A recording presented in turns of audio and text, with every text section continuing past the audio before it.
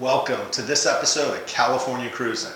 We'll be heading down to the beautiful San Ynez wine country to visit Vincent Vineyards, where owners Tony and Tanya Vincent will let us take a look at their 1951 Vincent Black Shadow. It's two of my favorite things, classic motorcycles and great wine. So let's cruise.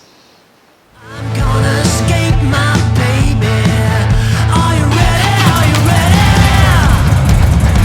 But she's my electric lady, and now I'm losing control.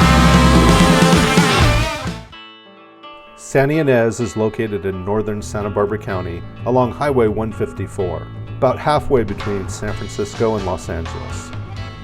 Home to some beautiful wineries and a few celebrities, this is a must visit for any motorcyclist.